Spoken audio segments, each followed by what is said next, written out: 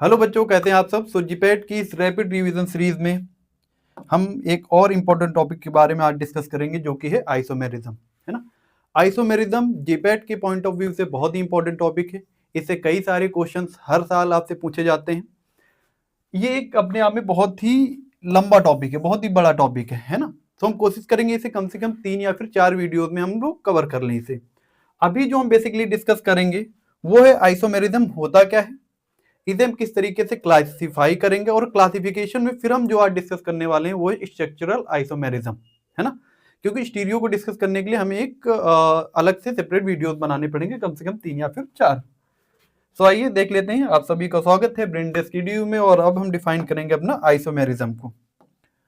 Isomerism आपने B form में जरूर पढ़ा होगा, है ना। आपको बताया गया होगा लाइक ऐसे कंपाउंड जिनका स्ट्रक्चरल फार्मूला सेम होता है या फिर मॉलिक्यूलर फार्मूला डिफरेंट होता है, वो सारी चीजें आपको बताई गई होंगी या फिर आपने भी कहीं ना कहीं पढ़ा होगा। बट एग्जैक्टली होता क्या है, ऐसा बिल्कुल भी नहीं है कि किसी का मॉलिक्यूलर फार्मूला सेम है और स्ट्रक्चरल फार्मूला अलग है तो उन्हें हम सिर्फ आइसोमर्स कह देंगे, ठीक है। आइसोमेरिज्म, आइसोमर्स को डिफाइन करने के लिए कुछ अलग पॉइंट्स हैं। स्ट्रक्चरल आइसोमेरिज्म को डिफाइन करने के लिए अलग पॉइंट है। स्टीरियो यानी 3D की बात हम अलग करेंगे। तो जब अगर आइसोमेरिज्म को डिफाइन करना हो तो ऐसे कंपाउंड जिनका मॉलिक्यूलर फॉर्मूला सेम हो बट उनकी physical and chemical properties different हो। ऐसे कंपाउंड जिनका मॉलिक्यूलर फॉर्मूला तो सेम हो बट उनकी जो फिजिकल एंड केमिकल प्रॉपर्टीज हैं वो कुछ अलग अलग हों। इस तरीके के कंपाउंड्स को हम आइसोमर्स कहते हैं। इस तरीके के जो कंपाउंड्स होते हैं उन्हें हम क्या कहते हैं, आइसोमर्स। और जो ये कंपाउंड फिनोमिना प्रोड्यूस करते हैं उस फिनोमिना को हम बोलते हैं आइसोमेरिज्म। होपफुली अब आप डेफिनेशन को समझ गए होंगे। This is the most accurate definition for the isomerism. Okay, हम बात कर लेते हैं अब इसके क्लासिफिकेशन की। सो आइसोमेरिज्म को कुछ इस तरीके से क्लासिफाई किया गया है। आज जो हम सिंपली डिस्कस करेंगे वो सिर्फ और सिर्फ स्ट्रक्चरल आइसोमेरिज्म के बारे में डिस्कशन करेंगे। स्टीरियो के लिए हम लोग अलग से सेपरेट वीडियो बनाएंगे, है ना। सो आइसोमेरिज्म आपने डिफाइन कर लिया कि ऐसे कंपाउंड जिनका मॉलिक्यूलर फॉर्मूला क्या होता है, जिनका मॉलिक्यूलर फॉर्मूला डिफरेंट होता है बट इनकी फिजिकल एंड केमिकल प्रॉपर्टीज कुछ अलग होती हैं। और इन्हें फर्दर जो क्लासिफाई करते हैं स्ट्रक्चरल एंड स्टीरियो आइसोमेरिज्म में हम क्लासिफाई करते हैं। स्टीरियो की बात हम आज नहीं करेंगे, हम सिर्फ और सिर्फ डिस्कस करने वाले हैं स्ट्रक्चरल आइसोमेरिज्म। स्ट्रक्चरल आइसोमेरिज्म की अगर बात करें, जो हमारे पास सबसे पहला होता है वो chain, then position, functional isomerism, ring chain isomerism, metamers and tautomerism. अच्छा, यहाँ तक तो आज हम डिस्कस करने वाले हैं, बट जो टॉटोमेरिज्म है इसको हम अपने एक सेपरेट वीडियो में ही डिस्कस करेंगे, क्योंकि ये अपने आप में बहुत ही अच्छा और बहुत ज़्यादा इंपॉर्टेंट टॉपिक है, ठीक है ना। हालांकि अगर आपको यहाँ डिस्कशन करना है तो आप इसे कह सकते हैं कन्फिगरेशनल आइसोमर एंड कन्फॉर्मेशनल आइसोमर, ये आपने जरूर पढ़े होंगे। देन ऑप्टिकल एंड ज्योमेट्रिकल, फिर उसमें सिस ट्रांस, है ना, EZ, इनएंशियोमर, डायस्टेरियोमर, RS, DL, ये सारे नोमेनक्लेचर्स हम लोग फर्दर वीडियोस में डिस्कस करेंगे। तो अगर कभी आपको ऐसा दिख जाए कि कोई कंपाउंड चेन भी समझ में आ रहा हो, है ना, और रिंग चेन भी समझ में आ रहा हो, या फिर कोई फंक्शनल आइसोमेरिज्म समझ में आ रहा हो, अब आपके पास प्रॉब्लम हो जाएगी कि हम उसे चेन बोलें या फिर हम उसे फंक्शनल आइसोमर्स बोलें, है ना। तो उसी कंफ्यूजन को दूर करने के लिए यहाँ पर एक प्रायोरिटी ऑर्डर दिया गया है, RTFMCP। क्लियर है। अगर कोई आइसोमर जो कि रिंग चेन और फंक्शनल आइसोमर दोनों, R यानी रिंग चेन, T यानी टॉटोमेरिज्म, ओके, F यानी फंक्शनल आइसोमेरिज्म, M यानी मेटामर्स, C यानी चेन आइसोमेरिज्म, और P यानी पोजीशन आइसोमेरिज्म या पोजीशन आइसोमर्स। तो अगर कोई कंपाउंड मेटामर्स के तरीके भी शो हो रहा हो और टॉटोमेरिज्म या फिर रिंग चेन की तरीके भी शो हो रहा हो, प्रॉपर्टी शो कर रहा हो, तो हम प्रायोरिटी हमेशा ही रिंग चेन को देंगे। रिंग चेन की प्रायोरिटी सबसे ज्यादा होती। तो this is the priority order, सबसे ज्यादा ये, देन ये, देन ये, और इस तरीके से इसे डिक्रीजिंग ऑर्डर में यहाँ पर लिखा गया है। तो इस ऑर्डर को आपको याद रखना है, क्योंकि कई बार आपसे इसी तरीके से क्वेश्चन पूछ लेता है कि किसको हम ज्यादा प्रायोरिटी देंगे। तो आपको पता होना चाहिए फंक्शनल आइसोमेरिज्म से ज्यादा हम टॉटोमेरिज्म को प्रायोरिटी देते हैं। तो होपफुली आपको कम से कम एक छोटी सी चीज समझ में आ गई होगी। सो अब हम डिस्कस कर लेते हैं चेन आइसोमेरिज्म, पोजीशन और ये सारे आइसोमेरिज्म क्या होते हैं। देखो चेन आइसोमेरिज्म को समझने के लिए आपको सबसे पहले तो पता होना चाहिए कि एल्केन्स को हम कैसे बनाते हैं, है ना, और उसके बाद हम आगे की चीजें डिस्कस करेंगे। तो चेन आइसोमेरिज्म में बहुत ही सिंपल डेफिनेशन यहां पर दी गई है कि ऐसे आइसोमर्स जिनका molecular formula same molecular formula but different number of carbon in main chain. याद रखना कहां बात हो रही है, different number of carbon in main chain. Okay, in alkane structural isomerism start from butane. इन दोनों लाइनों का क्या मतलब है, पहले तो हम यहां से स्टार्ट करेंगे फिर इसके डेफिनेशन पर आते हैं। अगर मैं ये कहूं कि यहां पर एक CH4 है तो आपको क्या लगता है ये कोई आइसोमर शो करेगा? नहीं, कोई का मतलब मैं अभी SI से बात कर रहा हूं, स्ट्रक्चरल आइसोमेरिज्म। अगर आप ज्योमेट्रिकल में जाएंगे तो ये कन्फॉर्मेशनल आइसोमर में तो शो करेगा ही करेगा। अभी बात करें हम सिर्फ स्ट्रक्चरल आइसोमेरिज्म में, तो इसके पास एक ही कार्बन है और इसकी डेफिनेशन क्या कहती है, same molecular formula but different number of carbon in main chain. एक ही कार्बन है, कोई चेन है ही नहीं। फिर हम बात कर लेते हैं लाइक CH3, ठीक है। अब मुझे ये बताओ क्या यहां पर कोई SI शो होगा? बिल्कुल भी नहीं शो होगा, इसको चाहे इधर लगाओ या उधर लगाओ। फिर हम बात कर लेते हैं अपने नेक्स्ट कंपाउंड कुछ इस तरीके से, ओके, प्रोपेन। आपको क्या लगता है प्रोपेन कोई SI शो करेगा? बिल्कुल भी नहीं। ओके, प्रोपेन भी हमारा स्ट्रक्चरल आइसोमेरिज्म शो नहीं करता है। तो हम कह सकते हैं ये तीनों कोई भी चेन या फिर स्ट्रक्चरल आइसोमेरिज्म शो नहीं करते हैं। इसीलिए यहाँ पर ये लाइन दी गई है कि ये कहां से स्टार्ट होते हैं, ये स्टार्ट होते हैं बेटा ब्यूटेन से। Like for example CH3, CH2 and CH3। अब आप यहां पर देख रहे हो ये जो कंपाउंड है, ये जो कंपोनेंट है, इसको हम कहते हैं ब्यूटेन। क्या कहते हैं? ब्यूटेन। इन तीन में बिल्कुल भी SI पॉसिबल नहीं है, बट कहां से स्टार्ट होती है तो ब्यूटेन से स्टार्ट होती है। एक तो इस तरीके से बन जाएगा। दूसरा अगर हमें इसका आइसोमर्स बनाना हो तो हम क्या करेंगे, like CH3, CH, then CH3 और एक यहां पर CH3 हम ऐड कर देंगे। अब अगर हम इन दोनों को ध्यान से देखें, इसे हम A मान लेते हैं और ये हमारे पास B है, ठीक है। इन दोनों को आप ध्यान से देखिए, इनके मेन चेन में अगर पहले वाले पे देखें तो 1, 2, 3 और 4 नंबर ऑफ कार्बन कितने हैं? 4 कार्बन है बेटा। कितने कार्बन है? 4। और वहीं पर 1, 2 और 3, इसमें कितने कार्बन मेन चेन में? 3 कार्बन है। क्लियर है? डेफिनेशन क्या कहती है हमसे? डेफिनेशन ये कहती है same molecular formula but different number of carbon in main chain. Okay, यहां पर मॉलिक्यूलर फॉर्मूला तो सेम होगा बट जो कार्बन का नंबर है मेन चेन में वो कहीं ना कहीं अलग होगा, और इस तरीके के आइसोमर्स को हम कहते हैं चेन आइसोमर्स। ओके, क्या कहते हैं? Chain isomers. क्लियर है? नेक्स्ट एक और हम एग्जांपल ले लेते हैं, लाइक C5H12। हमें क्या बनाने? इसके आइसोमर्स बनाने। और आइसोमर्स बनाने का सीधा सा मतलब है, सबसे पहले तो C5 दिया हुआ है 1, 2, 3, 4 एंड 5। अब इसमें अगर हाइड्रोजन आपको ऐड करने हैं तो करिए, वरना आपको क्या करना है CH3, CH2 ऐड कर लीजिए। अच्छा, CH2 एंड CH3। यहाँ पर आप आएंगे 3, 3, 6, 2, 8, 10, 2, 12। 12 हाइड्रोजन है। Number of carbon 1, 2, 3, 4 and 5। Okay, number of carbon में कितने दिए हुए हैं? 1, 2, 3, 4 एंड 5 कार्बन दिए हुए। इसके हमें और आइसोमर्स बनाने। तो देखो अब 5 कार्बन की एक चेन है, इसके अलावा कोई दूसरा तो बन नहीं सकता, तो हमें number of carbon main chain में कुछ ना कुछ रिड्यूस करने पड़ेंगे। तो कुछ इस तरीके से हमने नंबर ऑफ कार्बन को थोड़ा सा रिड्यूस किया और CH3 को यहाँ पर लगा दिया। इसकी वैलेंसी को मेंटेन करने के लिए एक हाइड्रोजन यहाँ आ जाएगा। इसका भी फॉर्मूला अगर आप ध्यान से देखेंगे तो फॉर्मूला यही होगा, इसका भी फॉर्मूला यही होगा। ओके, एक और इसमें बन सकता है SI हमारा, और वो क्या होगा, लाइक CH3, CH3 एंड यहां से एक हाइड्रोजन हटा लीजिए, CH3 और CH3। अब इन तीनों को अगर आप ध्यान से देखेंगे, A ये हो जाएगा हमारे पास, B ये हो जाएगा और C ये हो जाएगा। ठीक है, ये तीनों ही एक दूसरे के क्या होंगे? चेन आइसोमर्स होंगे।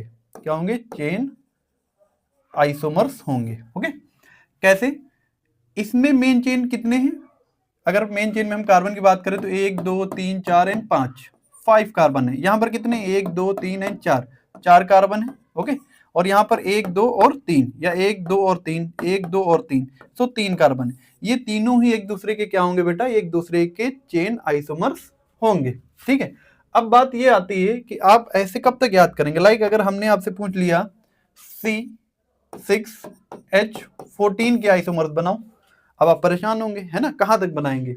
या फिर कभी ऐसा पूछ लिया गया, नंबर बढ़ते ही चले गए और कुछ इस तरीके की कंडीशन आ गई, इससे बेहतर होगा आप बनाने से बेहतर इनको याद कर लें। ठीक है, जैसे ब्यूटेन के लिए अगर हम बात करें तो 2 SI बनेंगे, पेंटेन के लिए बात करें तो 3 बनेंगे, हेक्सेन के लिए 5, हेप्टेन के लिए 9, ऑक्टेन के लिए 18, देन 35 एंड 75। तो आप अगर ऐसे याद कर लेते हैं वो चीजें आपके लिए ज्यादा आसान हो जाएंगी। जब आपसे एग्जाम में पूछा जाता है कि बताइए हेप्टेन के लिए कितने चेन आइसोमर्स या कितने SI बनेंगे, तो आप सिंपली बता सकते हो कि कितने SI बनेंगे, 9 बनेंगे, है ना। आपके लिए बहुत ज्यादा चीजें आसान हो जाएंगी। वहीं पर हम देख लेते हैं सेकंड जो हमारे पास है, second one is position isomers. अब पोजीशन आइसोमर्स की जब हम बात करते हैं तो यहां पर जो डिफाइन करा गया आपको, same number of carbon, double और triple bond and functional group but attach at different position. यानी नंबर ऑफ कार्बन सेम होंगे, number of double bond and triple bond same होंगे, सेम फंक्शनल ग्रुप होगा, but क्या होगा, इनकी जो position होगी वो चेंज होगी। कोई फर्स्ट पोजीशन पर लगा होगा तो कोई सेकंड या कोई थर्ड पोजीशन पर लगा होगा। इस तरीके से हम क्या कहते हैं, इन्हें पोजिशनल आइसोमर्स कहते हैं। ठीक है, एग्जाम्पल के लिए हम समझते हैं जरा। एग्जाम्पल इसमें आप ले सकते हैं, for example CH3 CH2 CH3। अब आप कहेंगे सर अभी तो आपने बताया कि ये SI शो ही नहीं करेगा। बिल्कुल नहीं करेगा, ये SI शो नहीं करता। लेकिन ये जो प्रोपेन है, अगर इसमें हम क्लोरिनेशन करा दें, ठीक है, या हेलोजिनेशन करा दें, या फिर हम ये कहें कि इसे प्रोपाइल बना दे, प्रोपेन से प्रोपाइल, यानी एक H+ हट जाए इससे, तब ये SI शो करेगा। फॉर एग्जाम्पल CH3, अच्छा क्लोरिनेशन कराने के लिए अभी मैं मान लेता हूँ Cl2 से आपने रिएक्शन करा दी, CH2 Cl, ये SI शो नहीं करता है, बट ये स्ट्रक्चरल आइसोमेरिज्म शो करता है। देखिए जरा कैसे, ये स्ट्रक्चर बन के आ गया। वहीं पर अगर कुछ ऐसा किया जाए, CH3 CH CH3 और इस Cl को यहां पर लगा दिया जाए। अब आप अगर ध्यान से देखें तो Cl की जो पोजीशन है, ठीक है, वो थोड़ा सा चेंज हो गई है। 1 2 एंड 3 प्रोपेन, ओके, प्रोप, सारे के सारे सिंगल बॉन्ड है, क्लोरोप्रोपेन, वहां पर ये सेकंड पर आ जाएगा, 1 क्लोरोप्रोपेन, सेकंड 2 क्लोरोप्रोपेन। तो यहां पर पोजीशन को देखो, ये फर्स्ट पोजीशन पर लगा हुआ है और यहां पर ये सेकंड पोजीशन पर लगा हुआ है। ओके, इनकी पोजीशन में डिफरेंस आ रहा है, तो इसी को हम बोलते हैं पोजिशनल आइसोमर्स। क्या बोलते हैं, पोजिशनल आइसोमर्स। एक और एग्जांपल देख लेते हैं, C6H14। अब इसमें हमें देखने हैं कि कितने आइसोमर्स बन सकते हैं, है ना। तो ध्यान से आपको ये चीजें समझनी है। लाइक C6, सो हम सीधे स्टार्ट करते हैं 1 2 या CH3 CH2 CH2 CH2 1 2 3 4 CH2 and CH3। सो यहाँ पर नंबर ऑफ कार्बन 1 2 3 4 5 6 कार्बन आपको साफ साफ दिखाई दे रहे हो, 1 2 3 4 5 एंड 6। ओके, नेक्स्ट, अब क्योंकि 6 कार्बन में कुछ और तो बनाया नहीं जा सकता, इसीलिए हमें मेन चेन में कुछ कार्बन कम करने पड़ेंगे, यानी CH3 CH2 CH2 CH CH3 और एक CH3 हमारा इस साइड में आ जाएगा। अभी कहां पर है, तो जो आपका CH3 है उसकी पोजीशन 1 2 3 4 एंड 5 सेकेंड पोजीशन पर आपको दिख रहा है। देन अगर हम इसकी पोजीशन उठा करके यहाँ कर दें, यानी थर्ड पोजीशन पर, तो एक और हमें आइसोमर मिल जाएगा, CH2 CH CH2 CH3 and CH3। अब आप ध्यान से देखेंगे तो यहाँ पर थर्ड नंबर की पोजीशन पर आपका एक CH3 आ गया है ना।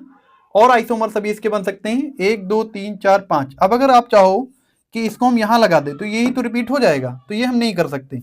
अब हमें क्या करना है, फिर से जो मेन चेन है उसमें कुछ कार्बन को कम करना है। तो कैसे कम करेंगे, अभी तक जो हम चेन बना रहे थे पहले 6 की बनाई, फिर हमने 5 की बनाई। अब हम क्या कर लेते हैं, CH2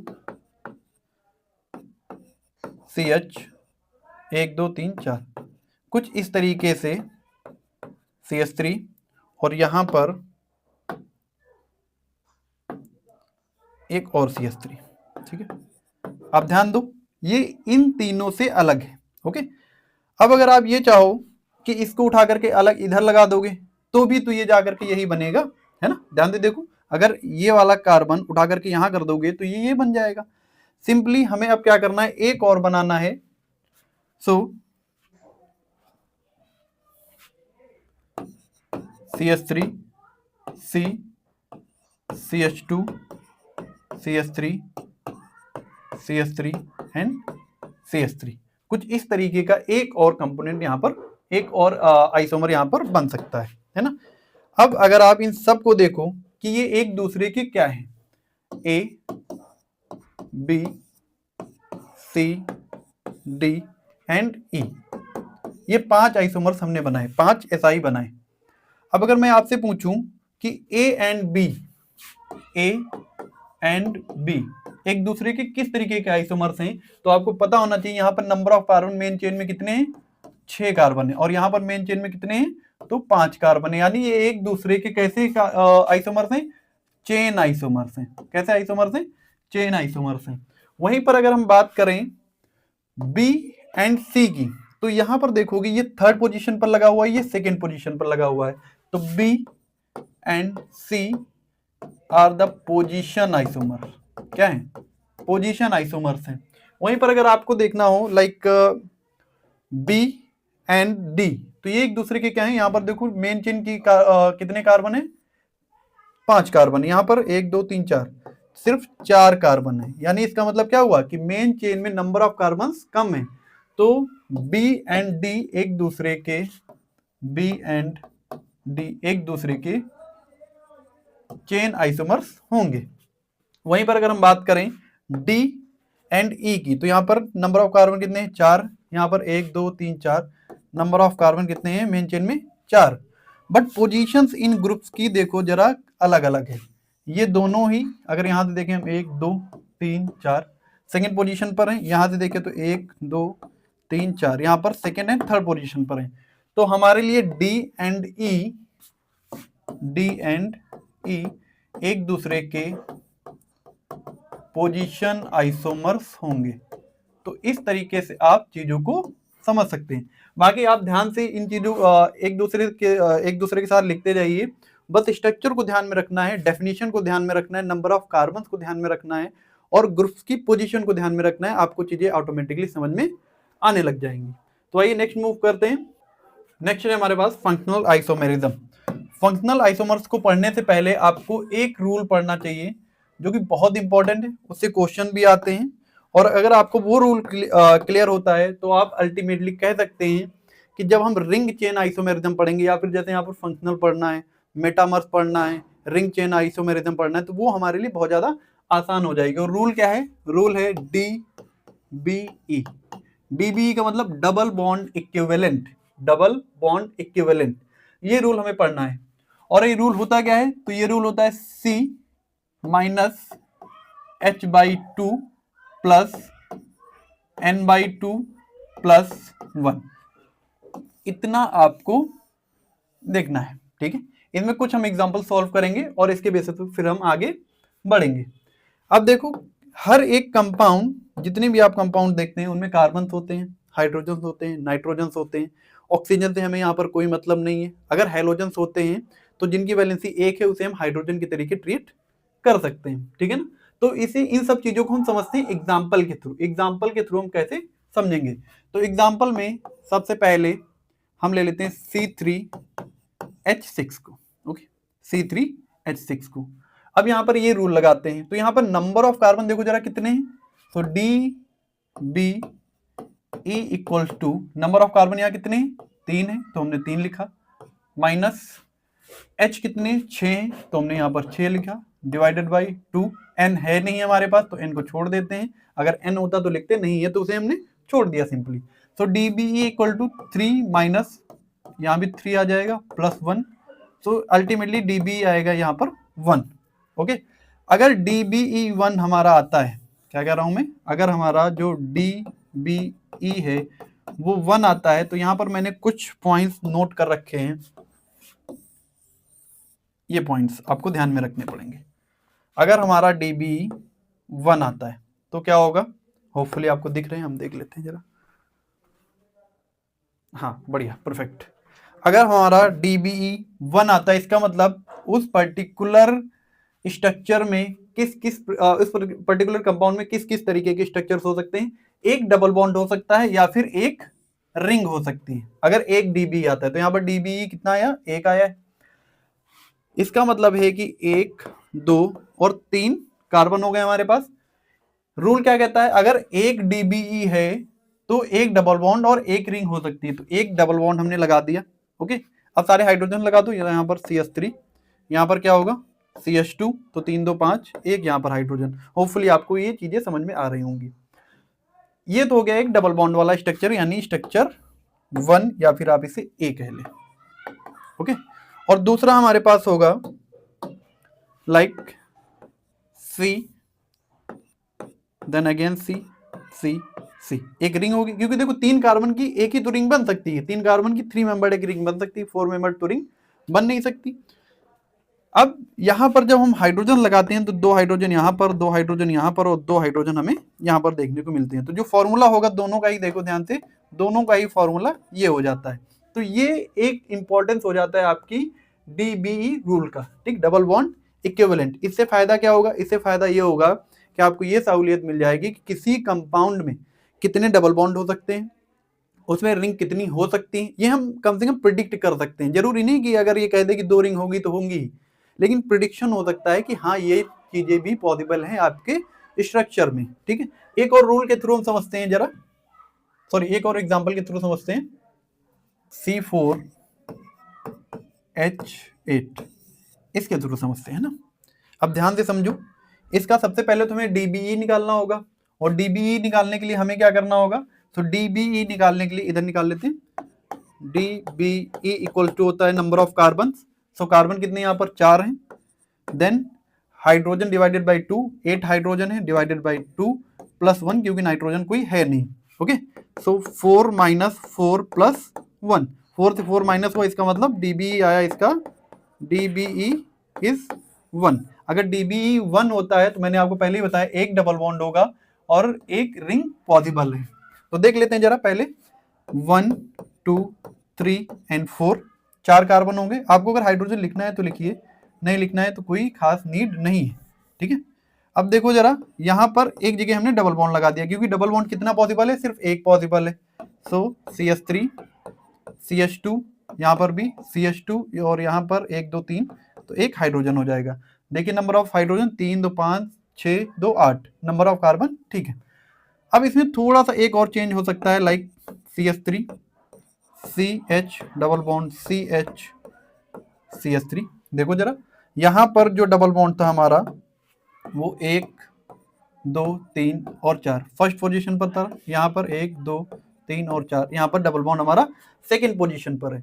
तो ये दोनों एक दूसरे के लिए, जानते हो बेटा, ये दोनों एक दूसरे के लिए पोजिशनल आइसोमर्स भी हैं। ओके, ठीक है, एक दूसरे के पोजिशनल आइसोमर्स भी हैं। अब आप डबल बॉन्ड कहीं भी करिए पॉसिबल नहीं हो रहा है। ठीक है, चाहे इधर करिए या कहीं भी करिए, डबल बॉन्ड कहीं भी पॉसिबल नहीं है। एक तरीके से इसमें और डबल बॉन्ड पॉसिबल हो सकता है, लाइक CH3 C और यहाँ पर CH3। ओके, इधर कर देते हैं डबल बॉन्ड, यहाँ पर CH2। देखो जरा ध्यान से, 3 3 6 2 8, ये भी एक तरीके का आइसोमर हो सकता है। तो अगर आपको बताना हो कि ये A और ये C एक दूसरे के क्या हैं, तो कहीं ना कहीं एक दूसरे के क्या होंगे, चेन आइसोमर्स होंगे। खैर, और क्या इसमें बताया गया, एक तो ये स्ट्रक्चर बन जाएंगे।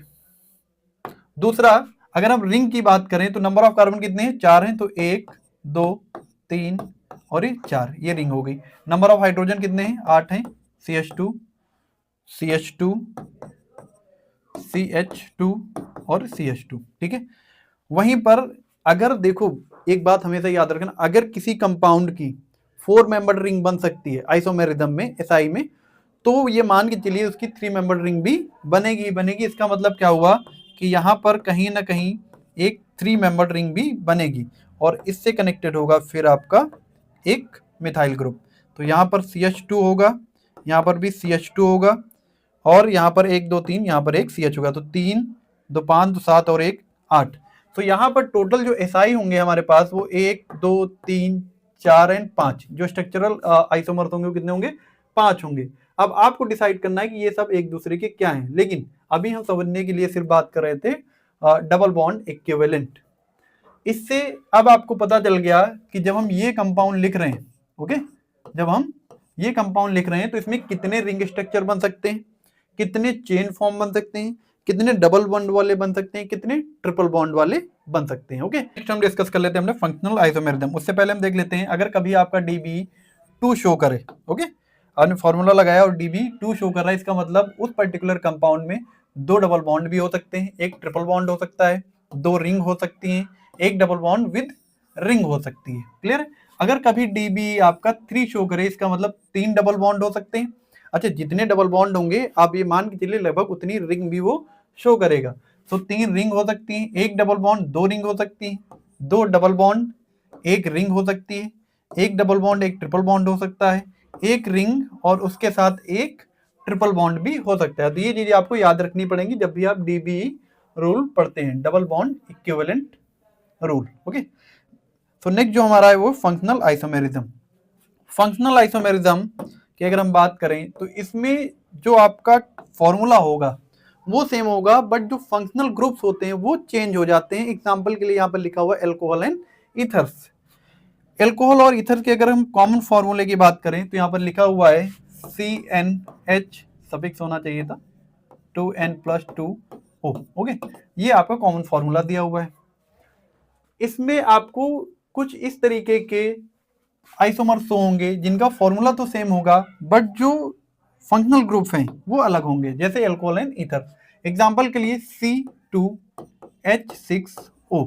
ओके, अब अगर आपको इसके आइसोमर्स बनाने हो तो क्या करेंगे हम, पहले तो नंबर ऑफ कार्बन हमारे पास 2 हैं, इस पे आपके पास CH3 हो जाएगा, यहाँ पर OH हो जाएगा और यहाँ पर हम मान लेते CH2। तो number of carbon 1 2, number of hydrogen 3 2 5 1 6, एक ऑक्सीजन। एक तो ये हो गया। दूसरा हमारे पास क्या होगा, तो दूसरा हो जाएगा COCH3, ठीक, और यहाँ भी CH3। तो आप ध्यान से देखो इन दोनों को, इनका जो फॉर्मूला है, इन दोनों का ही फॉर्मूला क्या हो रहा है, C2H6NO। बट अगर हम देखें तो यहाँ पर एक एल्कोहल है और ये हमारा हो जाता है ईथर, है ना। तो ये इसे हम कहते हैं फंक्शनल आइसोमर्स। ये दोनों एक दूसरे के क्या है, फंक्शनल आइसोमर्स हैं। एग्जांपल के लिए एक और ले लेते हैं हम इधर C3H8O। अब यहाँ पर नंबर ऑफ कार्बन कितने दिखाई दे रहे हैं आपको, 3, तो 1 2 और 3, ठीक है। यहाँ पर OH, यहाँ पर CH3, यहाँ पर CH2, यहाँ पर भी CH2। तो 3 2 5 2 7 1 8, ऑक्सीजन 1 है। एक और इसका आइसोमर हम बना सकते हैं CH3 CH CH3 OH। Okay, एक ये आइसोमर बन जाएगा। एक और हम इसका आइसोमर बना सकते हैं जिसे हम अलग कलर से शो कर देते हैं, CO CH2 CH3 और यहाँ पर भी CH3। इसके अलावा अगर आप कुछ और बनाना चाहते हैं तो फिर नहीं बन पाएगा, ठीक है, और अगर बनेगा तो वो एक रिपीट ही होगा, है ना। अब अगर हम ध्यान से देखें तो A एंड B एक दूसरे के कैसे आइसोमर्स होंगे, इसकी पोजीशन देखो फर्स्ट पे है, इसकी पोजीशन देखो सेकंड पे है, तो ये एक दूसरे के पोजिशनल आइसोमर्स हैं। वहीं पर अगर हम देखें B एंड C, तो ये एक दूसरे के B एंड C एक दूसरे के फंक्शनल आइसोमर्स हैं। देखो जरा, यहाँ पर एल्कोहल है, OH है, हाइड्रोक्सिल ग्रुप है, यहाँ पर ये ईथर हो जाता है। तो ये एक दूसरे के क्या है, फंक्शनल आइसोमर्स है। होपफुली आप ये चीजें समझ गए होंगे। ऐसा नहीं कि सिर्फ एल्कोहल ईथर में ही होते हैं, और भी ऐसे बहुत सारे कंपाउंड है जहां पर फंक्शनल आइसोमेरिज्म शो होता है। नेक्स्ट हम बात कर लेते हैं मेटामर्स। ये क्या होते हैं, बहुत ही इंपॉर्टेंट है। कई बार आपसे पूछ लिया जाता है मेटामर्स होते क्या हैं, एक तो यही पूछ लिया जाता है सिंपली, और कई बार आपको क्वेश्चंस के थ्रू पूछ लिया जाता है कि ये किस तरीके का आइसोमेरिज्म कंपाउंड शो करेगा। तो मेटामेरिज्म के लिए आपको पता होना चाहिए कि जो पॉलीवेलेंट आपके कंपाउंड हैं उनके अराउंड जो एल्काइल चेन लगी होती है उनकी लेंथ के हिसाब से हम डिसाइड करते हैं कि ये क्या है, एक दूसरे के मेटामर्स हैं या फिर नहीं है। डेफिनेशन में compound having same functional group, इनका देखो जो फंक्शनल ग्रुप होता है वो सेम होता है, same molecular formula, but difference क्या होता है साइज ऑफ एल्काइल ग्रुप। जो एल्काइल ग्रुप लगा हुआ है दोनों साइड पे, किसके, एक पॉलीवेलेंट एटम के साइड में जो एक एल्काइल चेन लगी हुई है उसका साइज क्या है। एग्जाम्पल के लिए अगर हम पॉलीवेलेंट एटम की बात करें, फॉर एग्जाम्पल अगर इसके साइड में देखिए क्या लगा हुआ है, लाइक अमीन्स किस तरीके का है, ठीक है, लाइक यहाँ पर इसके अगल बगल कैसी चेन लगी हुई है, तो इनके अगल बगल अगर यहाँ पर 4 कार्बन की चेन है, यहाँ पर 2 की चेन है, और फिर एक आता है CO, इधर 3 और इधर 3 की चेन है, इसका मतलब ये दोनों एक दूसरे के क्या होंगे, मेटामर्स होंगे। वही सेम कहानी इसके साथ और इसके साथ, ठीक है। एग्जाम्पल के लिए हम देखते हैं pentane 2-ON CH3 CO CH3 sorry CH2 CH 1 2 3 4 5, ये क्या है, ये पेंटेन 2-ON। और वहीं पर अगर हम कुछ चीजें ऐसा कर दे CH3 CH2 CO CH2 CH3, तो ये एक दूसरे के, अगर आप ध्यान से देखो इधर जो एल्काइल चेन है इसमें नंबर ऑफ कार्बन 3 है, इधर जो एल्काइल चेन है उसमें नंबर ऑफ कार्बन 1 कार्बन है, वहीं पर इसमें देखें तो एक तरफ 2 कार्बन है और इधर भी देखें तो एक तरफ 2 कार्बन है। अगर इसके हम फॉर्मूला की बात करें तो फॉर्मूला इसका सेम होगा, नंबर ऑफ कार्बन सेम होंगे, नंबर ऑफ हाइड्रोजन सेम होंगे, नंबर ऑफ ऑक्सीजन भी सेम होंगे।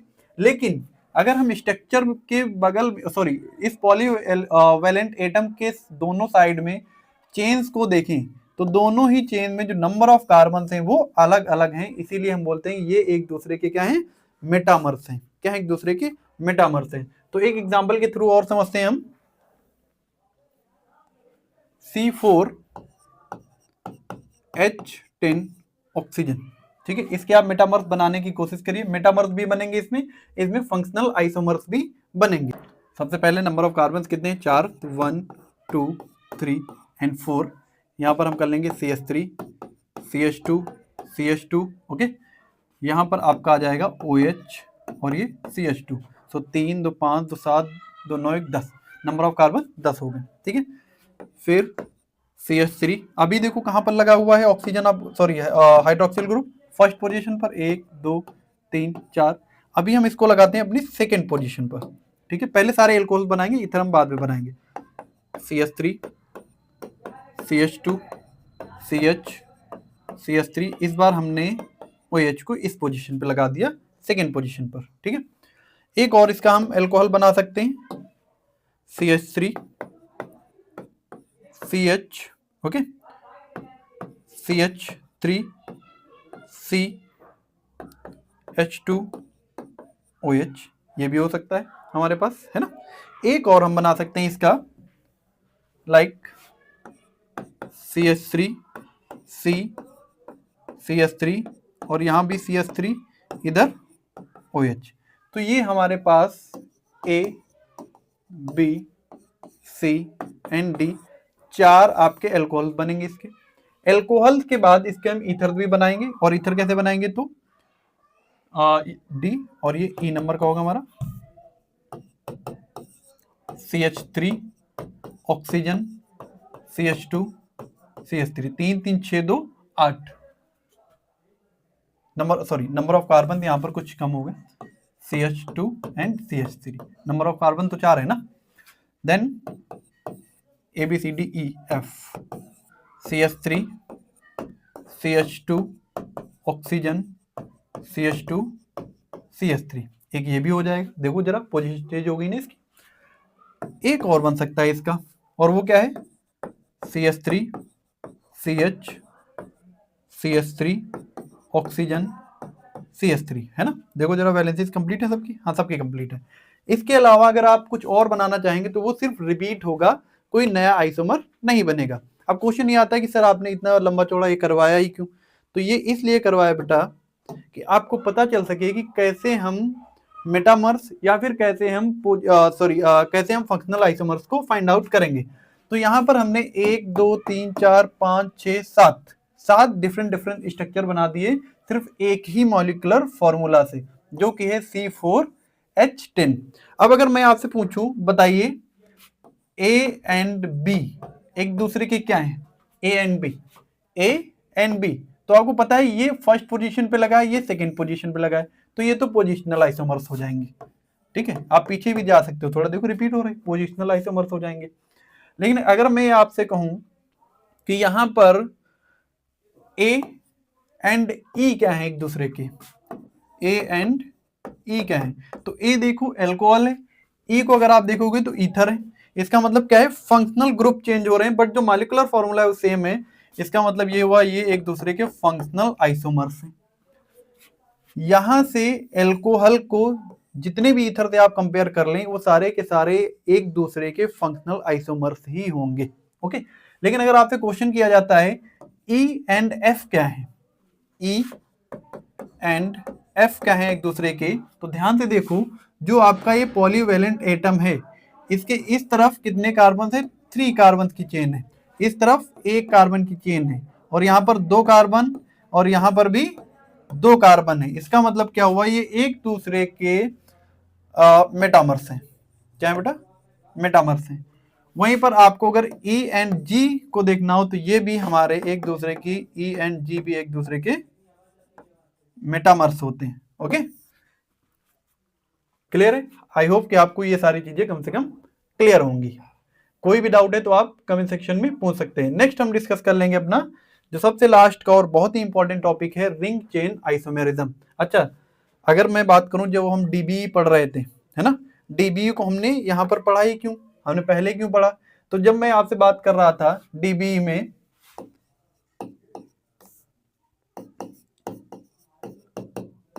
तो यहाँ पर C4H10 और ऑक्सीजन दिया हुआ है, मैंने कहीं भी डबल बॉन्ड नहीं लगाया, मैंने कहीं भी चेन नहीं बनाई। वो कैसे पता चला, वो आपको इसी से पता चलेगा। DB इक्वल टू क्या था, carbon minus H/2 plus N/2 plus 1। अब देखो इसमें अगर हम यहाँ पर पर्टिकुलरली बात करें तो ध्यान से समझो, कार्बन कितने यहाँ पर दिए हुए हैं, 4, हाइड्रोजन कितने दिए हुए हैं यहाँ पर 10/2, नाइट्रोजन है नहीं कोई, इस तरीके से। ठीक है, अब ध्यान से समझो, 4 माइनस 5 प्लस 1, यहाँ पर -1 प्लस 1 इसका मतलब 0।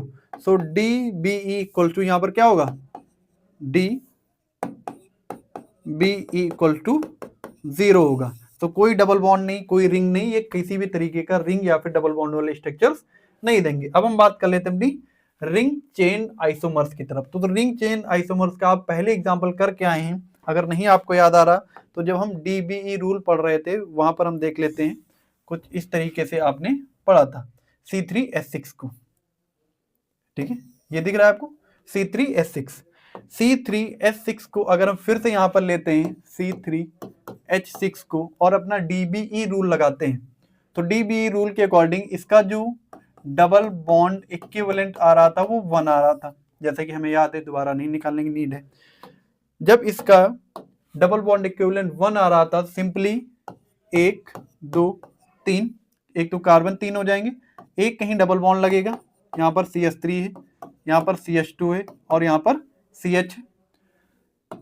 एक स्ट्रक्चर इसका और बनेगा बेटा, वो कुछ इस तरीके का होगा, दोनों में ही CH2 और CH2। अब दोनों के मॉलिक्यूलर फॉर्मूला को आप कंपेयर करो, दोनों का जो मॉलिक्यूलर फॉर्मूला है वो C3H6 ही है, और ये दोनों आपस में रिंग चेन आइसोमर है। क्या है, रिंग चेन आइसोमर है। ओके, होपफुली आपको ये बात कम से कम समझ में आ रही होगी। एक और एग्जांपल के थ्रू हम समझते हैं, C3H4। अब हमें क्या करना है, हमें फिर से इसकी डीबीई रूल के अकॉर्डिंग इसका डीबीई निकालना है। So DBE equal to number of carbon होता है, यहाँ पर नंबर ऑफ कार्बन 3 है, ओके, माइनस H4 है, तो 4/2 प्लस 1, 3 माइनस 2 प्लस 1, इसका डीबी आ जाएगा 2। और अगर डीबी 2 आ गया है तो अभी हमने पढ़ा डीबी अगर 2 है इसका मतलब कम से कम 2 डबल बॉन्ड होंगे, एक ट्रिपल बॉन्ड भी हो सकता है। ठीक है, 2 रिंग भी हो सकती हैं, ये सारी चीजें हमने पढ़ ली, और एक डबल बॉन्ड एक रिंग हो सकती है, ठीक है ना। तो अब इसका हम लोग आइसोमर्स बनाने की कोशिश करते हैं। 1 2 3, यहाँ पर CH2, यहाँ पर भी CH2, ये इन दोनों के बीच में डबल बॉन्ड, तो सारी वैलेंसीज कंप्लीट है। एक ट्रिपल बॉन्ड भी हो सकता है, तो 1 2 3 और कुछ इस तरीके से CH3 और यहाँ पर भी एक CH, तो हो गए एक A और B, ठीक है। एक रिंग भी हो सकती है और रिंग के बाद एक सिंगल बॉन्ड भी हो सकता है, सॉरी एक डबल बॉन्ड भी हो सकता है। तो रिंग में C, क्योंकि आपको पता है 2 रिंग पॉसिबल ही नहीं है। अगर हम देखें जब DB आपका 2 आता है तो बेटा 2 रिंग भी हो सकती हैं, ठीक है। 2 रिंग के बाद मैं जब कर रहा हूं 2 रिंग अलग अलग नहीं, 2 रिंग एक में ही, जैसे 4 मेंबर्ड अगर कोई रिंग हो तो इस तरीके से हम कर सकते हैं, बट 3 मेंबर्ड में हम उसे 2 रिंग में डिवाइड कर ही नहीं सकते, ठीक है ना। तो ये पॉसिबल नहीं है। हालांकि इसके जो 3 मेंबर्ड जो रिंग हमारे पास बनेगी वो कुछ इस तरीके से आएगी, CH2 CH और CH, तो ये C हो जाएगा हमारे पास स्ट्रक्चर। इसके अलावा कोई और स्ट्रक्चर अगर आप बनाना चाहेंगे तो वो फिर नहीं बनेगा। ओके, अब हम बात कर लेते हैं कि ये सब एक दूसरे के हैं क्या। जैसे फर्स्ट एंड सेकेंड की बात करेंगे, एक दूसरे के फंक्शनल आइसोमर्स हो जाएंगे, ठीक। A and B will be functional isomer for each other. A and C क्या हो जाएंगे यहाँ पर, A and C, तो ये देखो ये चेन है और ये रिंग है, तो ये हो जाएंगे ring chain isomer, ring chain isomer. वहीं पर अगर हम B एंड C की बात करेंगे तो ये भी हो जाएंगे ring chain isomer for each other, B and C। Okay, hopefully आपको ये टॉपिक समझ में आ गया होगा। फिर भी अगर आपका कोई क्वेश्चन है तो आप कमेंट सेक्शन में पूछ सकते हैं। Thank you.